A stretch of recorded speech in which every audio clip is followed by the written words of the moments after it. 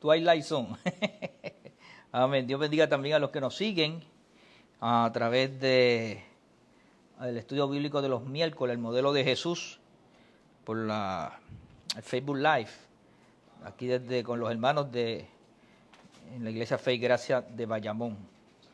Vamos a darle lectura a varios versos aquí del capítulo 24, pero antes de dar lectura a los versos, vamos a hacer una intro sobre este capítulo. Tiene 51 versos, o sea que hoy vamos a tomar como 20 versos. Y se le conoce también como el sermón o el discurso del Monte de los Olivos, o también le llaman el fin de la edad o de los tiempos.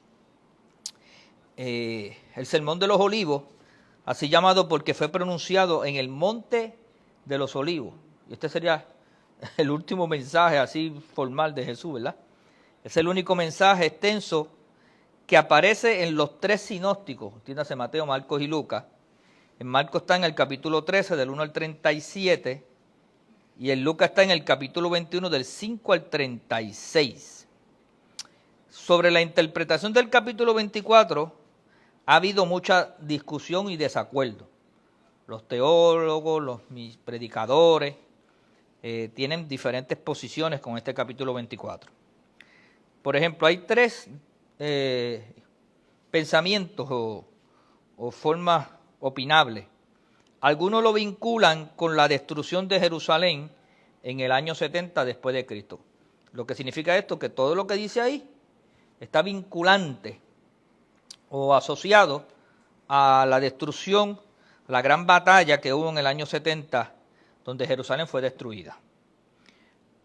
Otros creen que se refiere completamente al final de los tiempos, al final, donde todo se acabaría, ¿verdad? O los tiempos. Es probable que unos y otros estén equivocados, según la visión del escritor de estos libros. Parece que el material está entrelazado en grado considerable y algunas predicciones aparentemente pueden aplicarse a ambos periodos. O sea, hay tres pensamientos. Año 70, final de los tiempos, o que se divida, en un momento está hablando de una cosa y en otro momento está hablando de la otra cosa.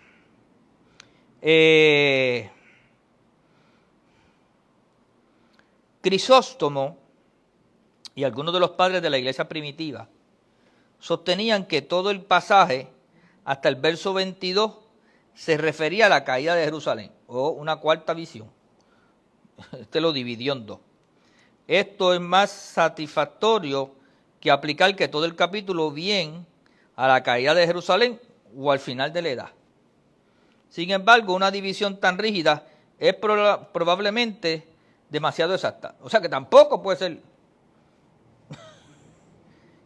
A mí me gustan esos maestros que enseñan así, que tú dices, pues ¿qué dijo? ¿Qué dijo? Pues esto más o menos, a ese nivel está la discusión de Mateo 24. Que mucha gente dice y opina y lo ve de diferentes formas. Pues yo se lo voy a enseñar así. Y usted llega a sus propias conclusiones. Hay lugares que lo enseñan de una línea y ahí se sostienen en esa y se quedan ahí. Y entonces, pues,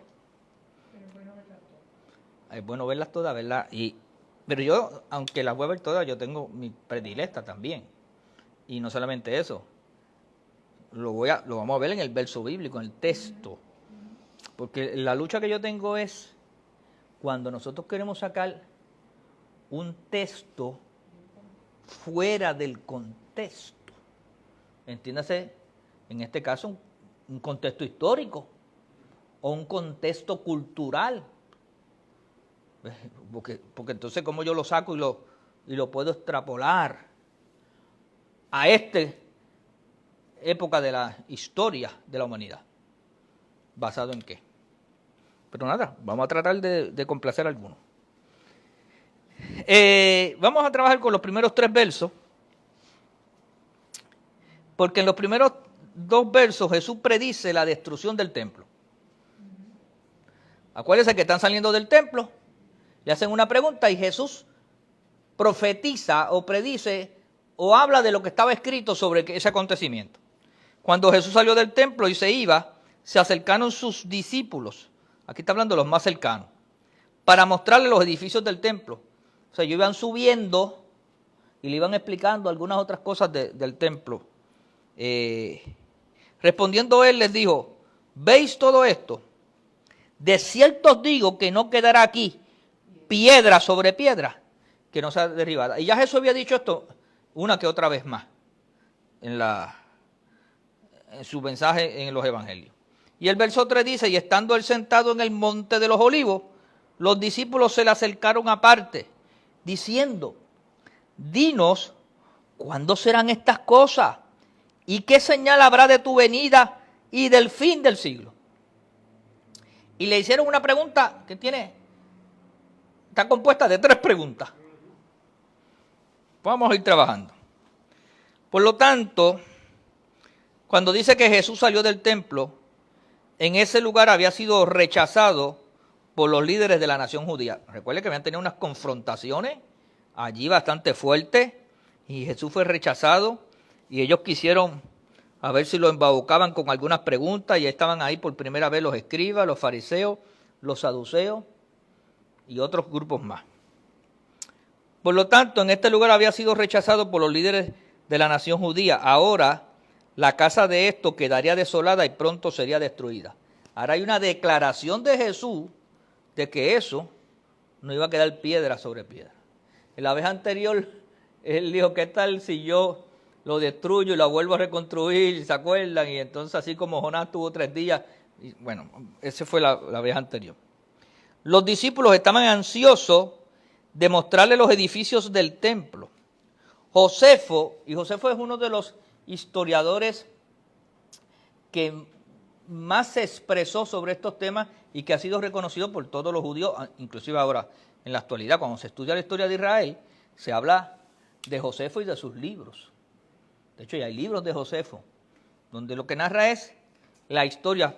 De hecho, habla de Cristo, Josefo, pero lo ve como un líder revolucionario en el aspecto positivo y un predicador, porque Josefo no fue un discípulo, Josefo era un historiador, comentaba la historia en esos tiempos de Jerusalén. Como buen judío conocía el pasado y conocía la cultura y Roma y todo lo que estaba pasando. Entonces Josefo dice que el santuario mismo medía 50 metros de largo por idéntica altura. Herodes el Grande reedificó el templo en el 516 a.C. Acuérdate que había habido guerra, había sido destruido, pero Herodes lo había comenzado a reedificar, comenzando en el año 18º de su reinado. Estamos hablando de 500 años antes de Cristo venir. Quería que fuera tan grande y glorioso como había sido el magnífico edificio de Salomón. O sea, que el de Salomón fue el que superó todo. Y este hombre dijo, yo lo quiero hacer lo más idéntico que yo pueda, lo más lindo que yo pueda. Y lo quería hacer grande también. La obra todavía continuaba con ese proyecto durante el ministerio de Jesús. Llegó Cristo y todavía el hombre estaba construyendo. Pero no puede pensar nada más en el templo, construían el templo y construían otras áreas. O sea, era como hacer una ciudad. Y se cree que es posible que aún no haya estado totalmente terminado cuando fue destruido en el año 70. Y usted dirá, ¿y qué hace un romano construyéndole o un reino romano? Porque como político al fin quería tener a todo el pueblo pues a su servicio. Entonces había que dar del ala para tener reinado, porque él le tocó reinar sobre los judíos, que era una colonia. Y eso pasa con nosotros aquí, que no quiero entrar en aspectos políticos, pero para que lo pueda identificar, que a veces nos complacen con un montón de cosas. Es mejor tener al pueblo tranquilo y callado, ¿verdad? Y no sublevado. Y entonces, pues, los gobiernos hacen eso también. Para la enorme sorpresa de los discípulos, el maestro les informó, no quedará aquí piedra sobre piedra que no sea derribada.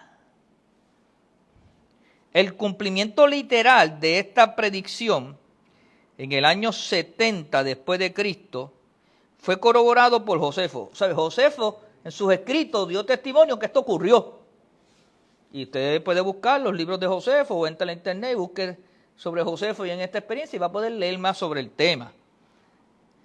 Y Josefo no tan solamente lo escribió por escribirlo o porque alguien se lo contó, lo escribió porque fue testigo ocular. Y él dice que todo, excepto el muro occidental de la ciudad, fue tan totalmente derribado hasta los cimientos que nada quedó para que los que llegaran a ese lugar pudieran creer que hubiera sido habitado. O sea, eso quedó desolado. Y no solamente el templo, los muros. Y yo quiero que usted sepa para que usted entienda lo que son los muros. Imagínense que el templo del Capitolio de Puerto Rico, ¿verdad? Y si usted ve donde está el Morro y el otro castillo, está el San Felipe y San Cristóbal. Y si usted mira por ahí hay unos muros. Y que le dan la vuelta por allá, por detrás de Fortaleza, lo que era la puerta de San Juan, ¿se acuerda? Y bajando por allí, y esos muros llegan. Y antes esos muros llegaban hasta acá, hasta Dos Hermanos. Pues es como si quedara nada más lo de Dos Hermanos y todo lo demás fuera derribado. Igual, y el Capitolio fuera el templo y fuera derribado. Y eso tuviera todo eso por ahí desolado. Y usted llegaba ahí y decía, esto es ruinas nada más, está desolado. Para que tenga una comprensión de cómo fue la cosa. Porque Jerusalén es así, básicamente. Usted llega a Jerusalén, es como si fuera el viejo San Juan. Se ven las murallas, las puertas, y donde está el templo, que no está el templo ahora, lo que hay una mezquita, la mezquita de Omán es árabe. La cúpula es de oro. Y entonces lo único que queda del templo es lo que se llama el Muro de los Lamentos. Eso es lo que queda del templo. Porque fue destruido del 70 y no se volvió a reconstruir. Eso es lo que queda. Las otras murallas, fíjate, de la ciudad, algunas las han reconstruido, pero el templo, ¿por qué? Porque se metió ahí los árabes. Es una locura allí. Eso sí que es algo, ¿cómo se dice? Bien controversial. Entonces, mientras Jesús estaba sentado en el declive del monte de los Olivos, desde donde se contemplaba el área del templo, los discípulos le hicieron una triple pregunta. ¿Cuándo serán estas cosas? ¿Cuándo es que se va a destruir el templo? ¿Qué señal habrá de tu venida, del advenimiento? Porque acuérdese que Jesús está anunciando su muerte. Y al fin del siglo. Aquí hay versiones que llaman edad y otras llaman fin de los tiempos. Por lo tanto, la última palabra de la pregunta de los discípulos literalmente quiere decir edad, es la palabra aión, o también significa siglo. ¿Cuándo será el fin del siglo? El fin de la edad. Para los que piensan en siglo y en edad, pues pensaban en lo mismo, en el año 70.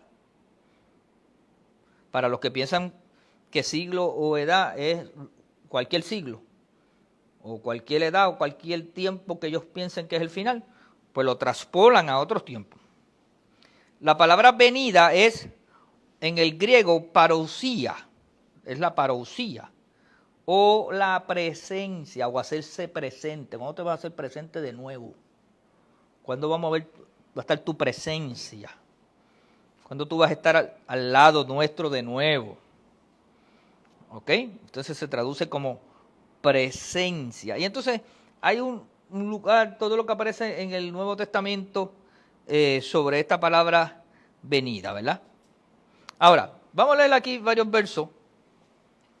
Vamos a leer del 4 al 14. Lo voy a leer corrido y entonces después entramos a discutir, a hablar sobre esto.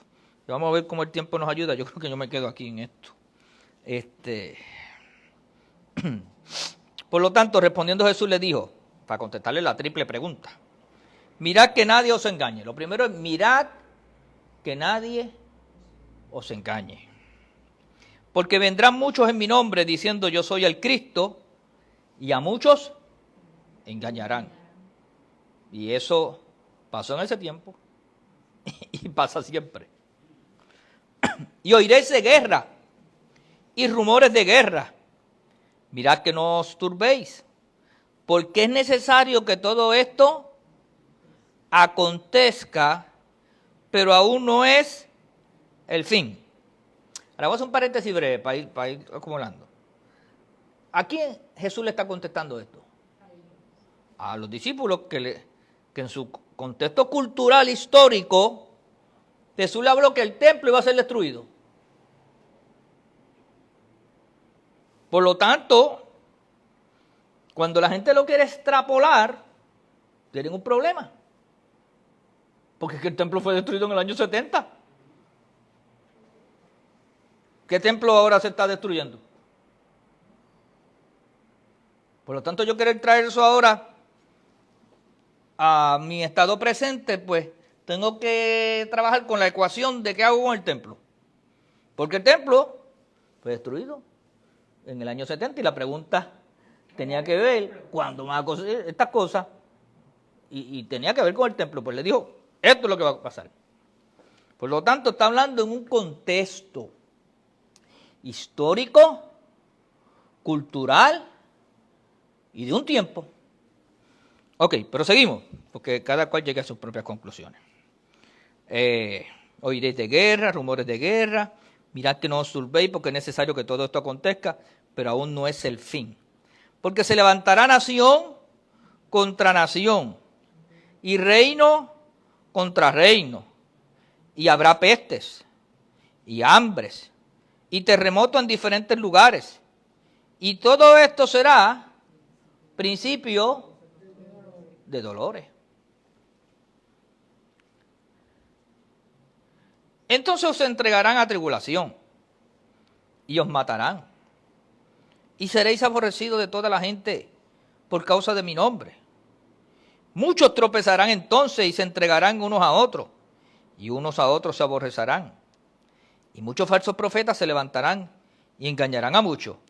Y por haberse multiplicado la maldad, el amor de muchos, ¿qué? Se enfriará. Mas el que perseverare hasta el fin, este será ¿qué?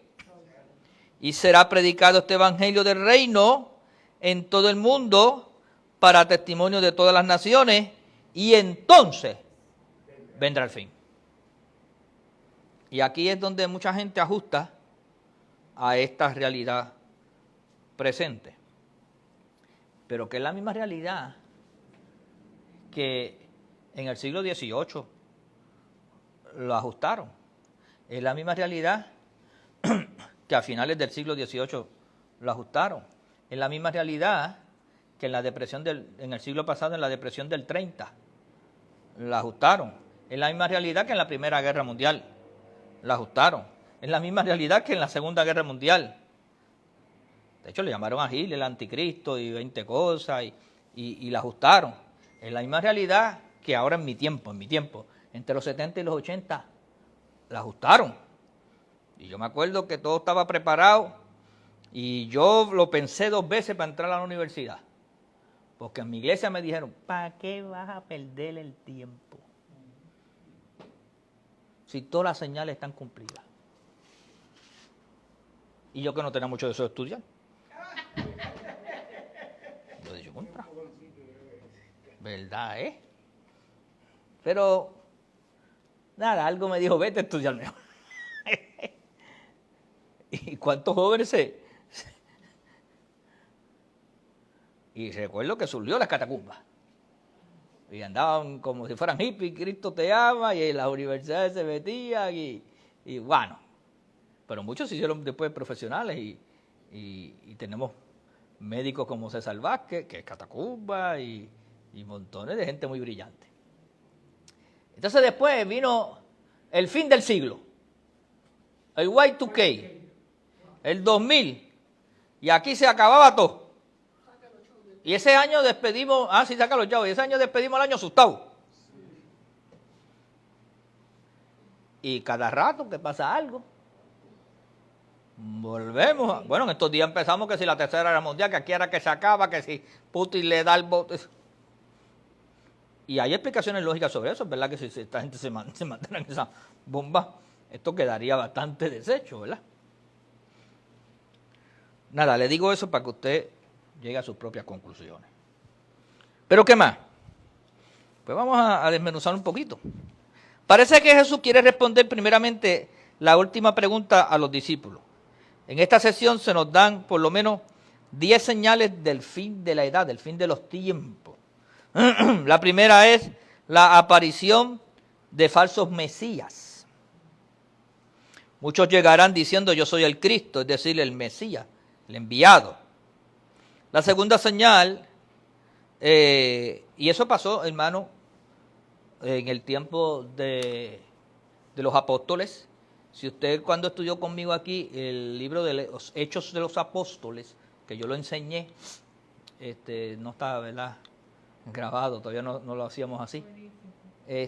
Yo le fui enseñando los 4 viajes misioneros del apóstol, lo que se enfrentó y cómo tenían que enfrentarse a diferentes situaciones dentro de la misma iglesia que se levantaban como si fueran mesías o falsos profetas y tenían esas luchas y se levantaron divisiones y diferentes sectas con diferentes pensamientos, ¿verdad? Eso pues estaba ocurriendo en esos tiempos. La segunda señal nos informa de guerra y rumores de guerra. Y usted sabe que en esos tiempos habían 20 problemas y 20 guerras y 20 situaciones, ¿verdad? Estas casi han sido una plaga en cada generación, pero tampoco lo limitemos porque en nuestras generaciones de todos los siglos han habido guerras. Los países nacen de una guerra, una invasión, una confrontación, un enfrentamiento. Pues ahora no vayamos tan lejos. Esto de Ucrania, ya hay 3 ciudades que se han convertido de Ucrania que se han convertido en posiblemente 3 nuevas naciones anexadas a Rusia, pero 3 nuevas. ¿Ves? Y a veces las invaden, a veces. En África se fue independizando poco a poco, pero estaba colonizada por los ingleses, los franceses, los españoles. España fuera dueña del mundo, y casi lo fue, pero después vinieron y la gente los enfrentaron y se independizaron. ¿Ves? Vinieron los americanos aquí y sacaron a los españoles. Los sacaron de Cuba, pero Cuba se quedó independiente. Nosotros fuimos lo único que nos gustó, parece, no sé qué lo que nos trajeron, que nos gustó y nos quedamos. Si hubiéramos arrancado independientes desde ese entonces, esto fuera otro cantar, porque ya estábamos acostumbrados, nacíamos, pero entonces nos dieron ese suero y nos tienen ahora dormidos a todos. Y ahora no sabemos ni lo que somos. Y el problema no solamente es que no sabemos lo que somos, hay muchos que no saben para dónde quieren ir. Y yo dije, pues, nos entretenemos, ¿verdad? En Puerto Rico no se aprende, pero se goza. Aquí uno se divierte. Y tú no has visto, la gente se va de aquí y siguen conectados acá, porque acá es que se divierten, allá no. Todas las noticias de acá, las redes de acá, tú los veo opinando en todos los programas. Están más informados que nosotros. Sí. Y tú los ves opinando en todos los programas cuando cogen las llamadas de la Florida, de Texas, yo digo, los de aquí no opinan, que los de aquí están engatusados con Bad Bunny. Dios nos ayude. Entonces, pero Jesús le dijo, pero aún no es el fin. La tercera es peste. La cuarta fue hambre. Y estas 2 siempre marchan juntas, las pandemias. Y es como una conexión, ¿verdad? La quinta son terremotos. Y todo esto será principio de dolores. Y usted, a veces la gente quiere ponerlo, hay gente que son unos expertos juntando todo esto acá. Y lo traen de acá y acá, mira. Y hacen todo. Pero Jesús está hablando del contexto histórico de ellos. Eran experiencias de ellos, del día a día. Pues yo no me voy a molestar con los que lo quieran traer, pero es que en cada generación lo han traído y lo han querido presentar. Pero yo tengo que inscribirme a las palabras dentro del contexto de la narrativa que se está dando. Entonces Jesús estaba diciendo esto. Y fíjese las palabras como las usa, pero aún no es el fin. Está hablando de algo específico. Por lo tanto, ¿y todo esto será principio de dolores? Pues claro que lo fue. Si estuvieron persiguiendo a la iglesia. Y matándolo. Y habían hambre y situaciones. Y la iglesia nació en toda esa situación. Pero ¿cuál era el propósito de todo esto?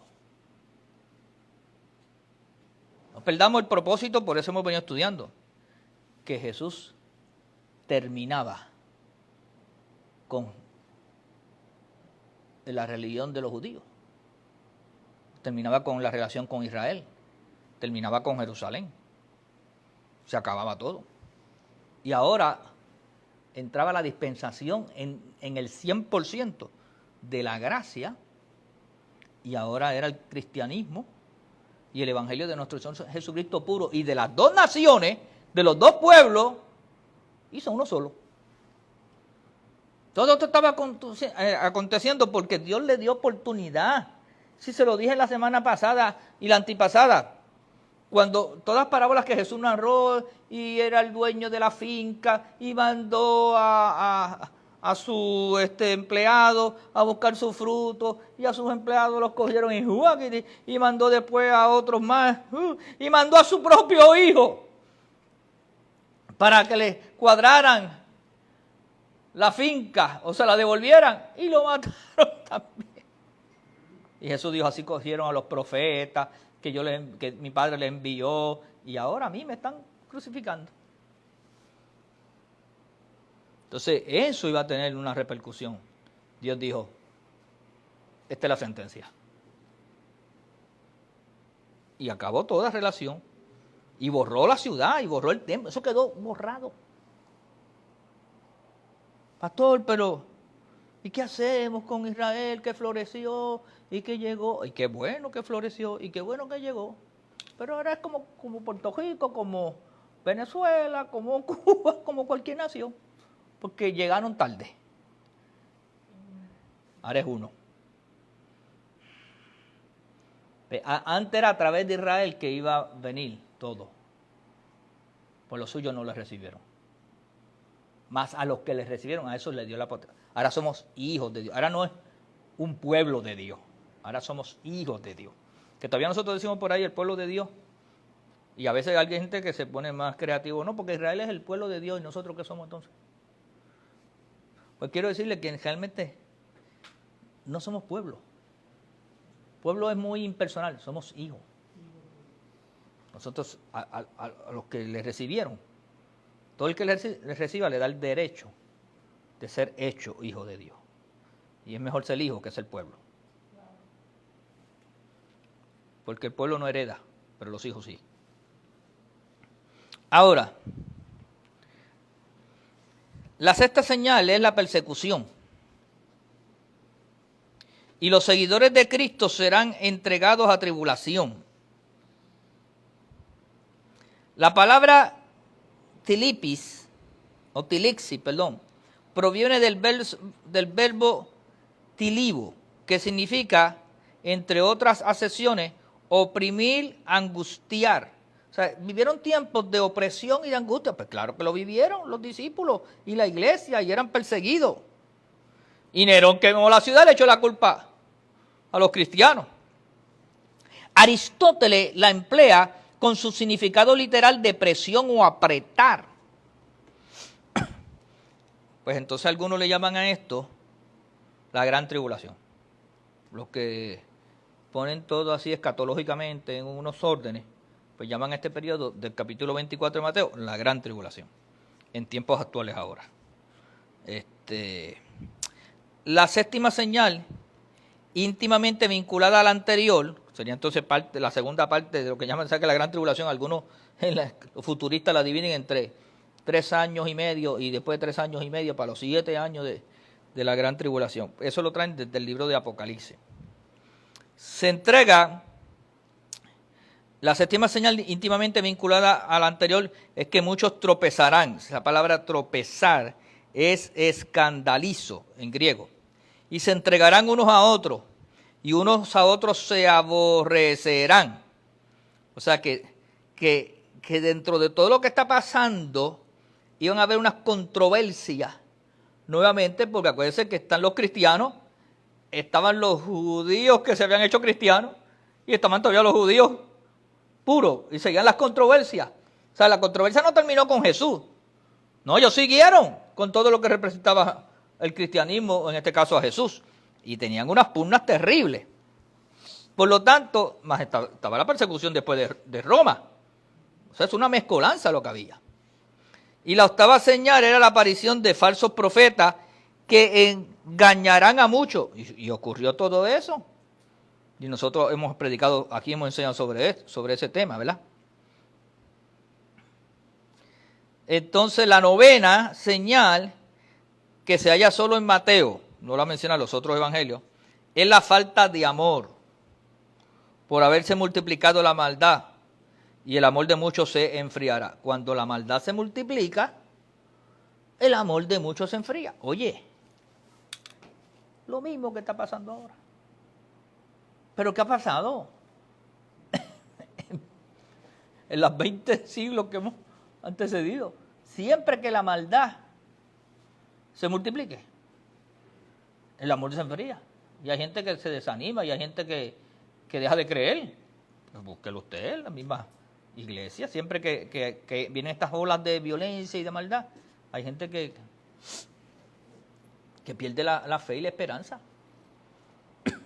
Pues, porque la Biblia lo dice en la parábola del sembrador, que cuando crecen los espinos y las cosas, se ahogan.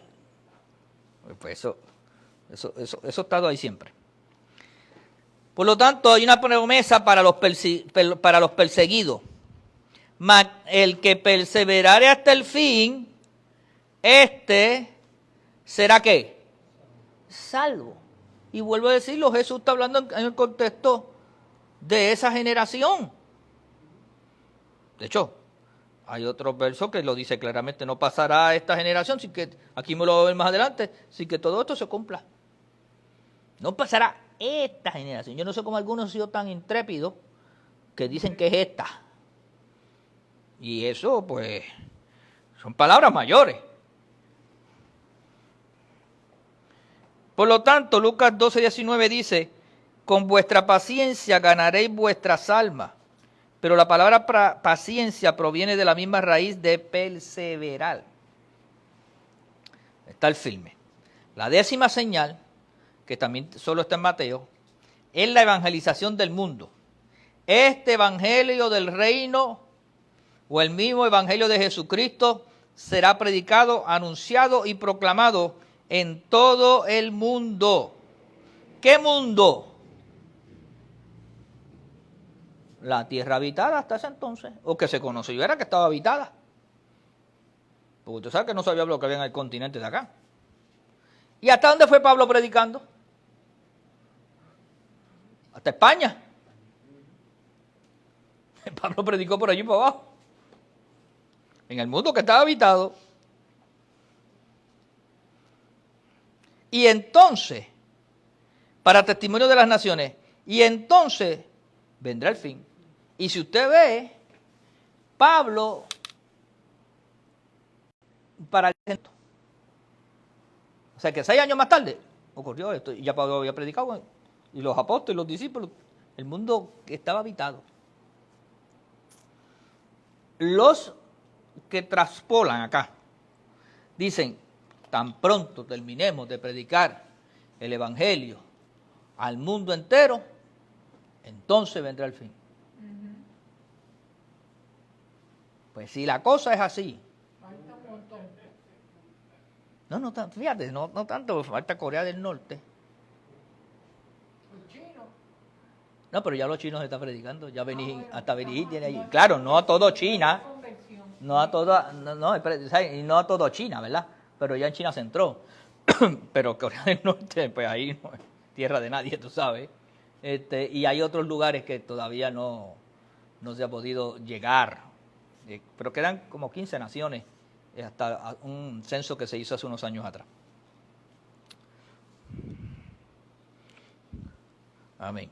Bueno, ya hemos consumido. Yo quería llegar hasta el verso 22, pero nada. En la semana que viene vamos a coger, pues, no solamente hasta el verso 22, sino hasta, quién sabe si lo terminemos. Pero quería explicar eso, ¿verdad? Y como es un estudio bíblico, esto no es una predicación ni una enseñanza de principios, estoy desmenuzando y viendo historia y viendo análisis. Pues básicamente, eso que usted ha visto ahí, se trabaja en esa dimensión, en la dimensión de el contexto histórico de lo que ocurrió. Algunos lo entrelazan, algo que pasó allí, algo que va a pasar acá, y otros dicen, no, eso no ocurrió, allí pasó algo, pero no tenía que ver con eso, tenía que ver con lo que va a pasar después. Y después, pues, en cada generación y en cada época, pues ha habido ese después. Pero yo he notado que siempre alguien dice, no, pero faltó esta cosita faltó. O faltó esto otro. Y eso va a ocurrir pronto. Y entonces, pues, eso es lo rico de esto. Yo siempre termino diciendo que nadie se preocupe. Porque no importa si usted cree que pasó o es después, o será pasado 100 años más o 200 años más. Le aseguro que la venida de cada uno de nosotros no se la despinta nadie.